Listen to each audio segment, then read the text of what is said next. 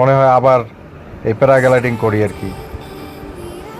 আর এটা কক্সবাজারে পাবেন। কক্সবাজার থেকে কলাতলি বিচ থেকে আরেকটু সামনে চলে যাবেন, সামনে গেলেই এটা পাবেন।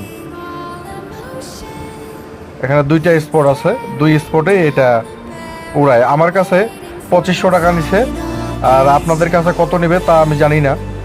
অবশ্যই দামাদামি করে এটাতে উঠবেন, তাহলে ঠকবেন না। উড়া এবং নামার টাইম সর্বোচ্চ 10 মিনিট না, মনে করেন 7 মিনিটের মতো।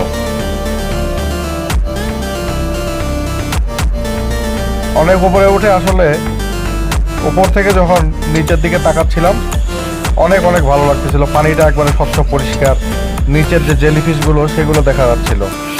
আর উপর থেকে কক্সবাজারের ভিউটা অন্যরকম। তবে এরপরে করলে অবশ্যই আমি উপরে আমার ক্যামেরা নিয়ে যাব।